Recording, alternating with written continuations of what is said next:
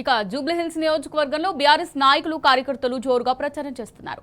ఎర్రగడ్డ division incharge Madhavaram Krishna Rao ఆదేశాల మేరకు ఫతేనగర్ కార్పొరేటర్ సతీష్ స్థానికంగా గడప గడపకు తిరుగుతూ కుంకుమ బొట్టు పెట్టి కారు గుర్తుకు ఓటేయాలని వినూత్న ప్రచారం చేశారు.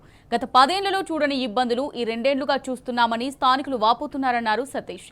గోపీనాథ్ చేసిన అభివృద్ధి బీఆర్ఎస్ అభ్యర్థి మాగంటి సునీతను గెలిపిస్తుందంటున్న ఫతేనగర్ కార్పొరేటర్ సతీష్ తో మా ప్రతినిధి Ranjith face to face.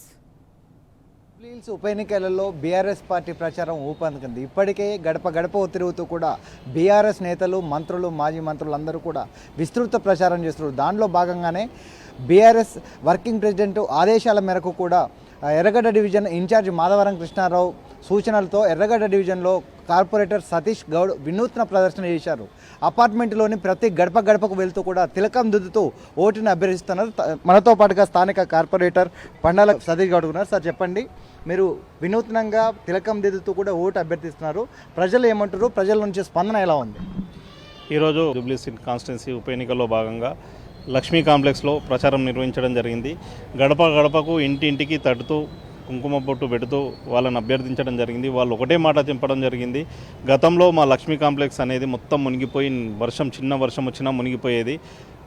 KTR గారి ఆధ్వర్యంలో మాగంటి గోపీనాథ్ గారు మాకు ఆ సమస్యను తీర్చారు కాబట్టి మేము ఖచ్చితంగా కేసీఆర్ గారు కారు గుర్తు కోటేస్తాం.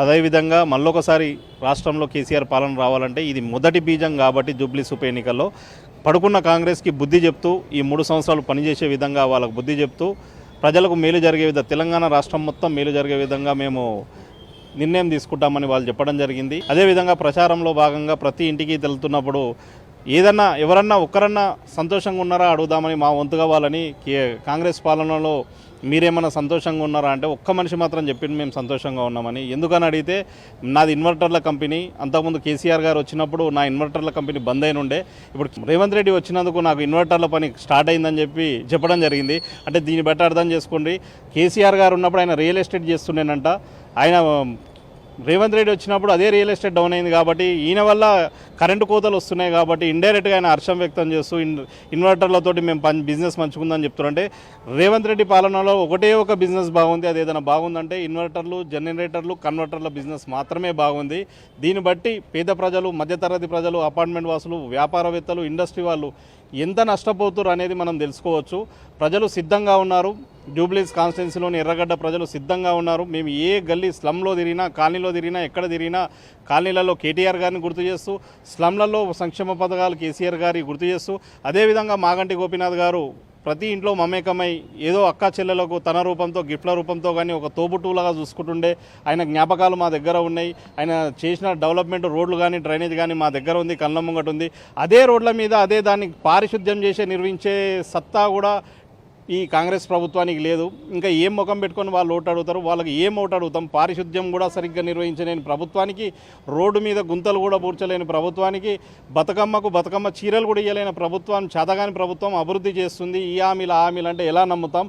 2 సంవత్సరాలు అయింది, ప్రజలకు 2,500 ఇస్తాన్న ఆడపడుచులకు ఇవ్వలేదు, 4,000 చేస్తాన్న పెన్షన్ ఇవ్వలేదు. కాబట్టి పండుకున్న కాంగ్రెస్ని ఒక చెంపదెబ్బ పిల్లల్ని ఏ విధంగానైతే లేపి తడిపి ఆపుతామో ఆ విధంగా పండుకున్న కాంగ్రెస్ని లేపి ఈ 3 సంవత్సరాలు ప్రజలకు మంచి పరిపాలన, కొంచెమన్నా వాళ్ళతోటి ఎలాగో చాద కాదు, కొంచెమన్నా పరిపాలన చేసే విధంగా మేము చేస్తామని ప్రజలు చెప్పడంతో మరింత ఉత్సాహంతో మేము ప్రజలకు ముందుకు పోతుంటే ప్రజలు స్వచ్ఛందంగా మీరు చెప్పే అవసరం లేదు, మేము కారు గుర్తుకేస్తాం, మా బాధ్యత, ఎందుకంటే మిస్ అవుతున్నాం కేసీఆర్ గారిది. అంటే మీరు ప్రజల్లోకి వెళ్తుంటే ప్రస్తుతానికి అంటే ప్రజల్లో మీకు వచ్చే సమస్యలు ఏంటిది? ప్రజలకు మీరు ఇచ్చే సూచనలు ఏంటి? ప్రజలు మా మెయిన్ ఏమంటే ఈరోజు ఈ లక్ష్మీ కాంప్లెక్స్లో తిరుగుతున్నప్పుడు రోడ్ ఎక్కితే మేము హాయిగా ప్రయాణం చేసేవాళ్ళం. కేటీఆర్ హైదరాబాద్ సంబంధించిన అభివృద్ధిలో భాగంగా మున్సిపల్ శాఖ మంత్రి, ఆనాటి మున్సిపల్ శాఖ మంత్రి కేటీఆర్ గారి ఆధ్వర్యంలో రోడ్డు మీద ఒక గుంత కూడా కనిపించకపోతుండే. అటువంటి గుంతలమయంతో భరత్నగర్ ఫ్లైఓవర్ ఎక్కినట్టయితే మొత్తం గుంతలమయతోటి కిలోమీటర్ల మీద ట్రాఫిక్ జామ్. అటువంటిది మేము 10 సంవత్సరాల కాలంలో చూడలే. ఈ 2 సంవత్సరాల కాలంలో రేవంత్ రెడ్డి గారు మార్పు తీసుకొని అద్భుతమైన మార్పు మాకు చూపించారు. ఎందుకంటే 10 సంవత్సరాలు మేము మర్చిపోయినాం. రోడ్లు గుంతలు ఉంటాయి, వర్షాకాలం ఒకప్పుడు వార్తలలో వస్తుండే రోడ్లు గుంతలమయం, హైదరాబాద్ రోడ్లు గుంతలమయం అని చెప్పేసి. అటువంటిది కనిపించకపోవు. ఇప్పుడు రేవంత్ రెడ్డి పుణ్యమాని మార్పు మాత్రం చూపించారని వాళ్ళు ఎద్దేవా చేస్తూ ఖచ్చితంగా బుద్ధి చెప్దాం. ఏ విధంగా అంటే దిమ్మ తిరిగే రకంగా బుద్ధి చెప్దామని ప్రజలు అటు క్లాస్లో కానీ, మాస్లో కానీ, స్లమ్లలో కానీ, కాలనీలలో కానీ, అపార్ట్మెంట్లో కానీ ప్రజలు తీర్పు చెప్పడానికి సిద్ధంగా ఉన్నారు. నవంబర్ 14 తారీఖున రేవంత్ రెడ్డి గారికి నిద్రపోకపోవడం కంపల్సరీ. అధ్యక్షుడిగా ఉన్నారు. గతంలో 10 సంవత్సరాలలో రోడ్డు డ్రైనేజ్ వ్యవస్థ ఎట్లా ఉంది, ఇప్పుడు ఎట్లా ఉంది? 10 సంవత్సరాల రోడ్లు కానీ, డ్రైనేజ్ కానీ, వాటర్ కానీ, పొల్యూషన్ వాటర్ లేకుండా గోపినాథ్ ఎమ్మెల్యే గారు అట్లా యాక్షన్ తీసుకునేది. ఇప్పుడు పొల్యూషన్ వాటర్ వస్తుంది, తర్వాత కరెంటు పోతుంది, తర్వాత ఏ స్కీములు కూడా లేవు. మా ఎర్రగడ్డ డివిజన్లో 13 కార్లు ఇప్పించిండు గోపన్న, టీఆర్ఎస్ ప్రభుత్వం ఆధ్వర్యంలో తీసుకున్నాము. అటు విధంగానే 8 టూ వీలర్స్ తీసుకున్నాము, 517 డబుల్ బెడ్రూమ్లు తీసుకున్నాము.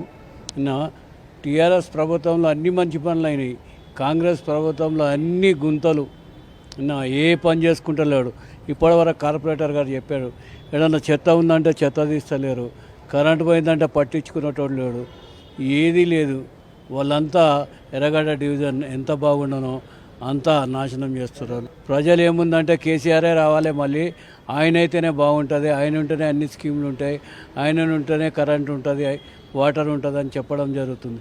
ఇప్పుడు అంతా పొల్యూషన్ వాటర్ ఎర్రగడ్డ డివిజన్లో, మొత్తం ఒక బస్సు కాదు, మొత్తం డివిజన్లో.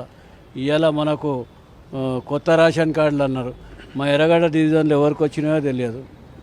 ఖాళీలు పబ్లిసిటీ రావాలి, ఆ మినిస్టర్ రావాలి, ఈ మినిస్టర్ రావాలి, వాళ్ళు ఎమ్మడి ఉన్న కాంగ్రెస్ నాయకులు ఫోటోలు దిగాలి పనిగా పెట్టుకున్నారు. గతంలో కేసీఆర్ ప్రభుత్వంలో 24 గంటల కరెంటు ఇచ్చినట్లయితే ఇప్పుడు కరెంటు లేకపోవడం వల్ల ఇన్వర్టర్ల కంపెనీకి ఉపయోగాలు ఉన్నాయి, వాళ్ళకు బిజినెస్ మాత్రం ఉంది. కానీ ఎక్కడ చూసినా ప్రజా సమస్యలు, ప్రజలకు ఉపయోగం లేని పని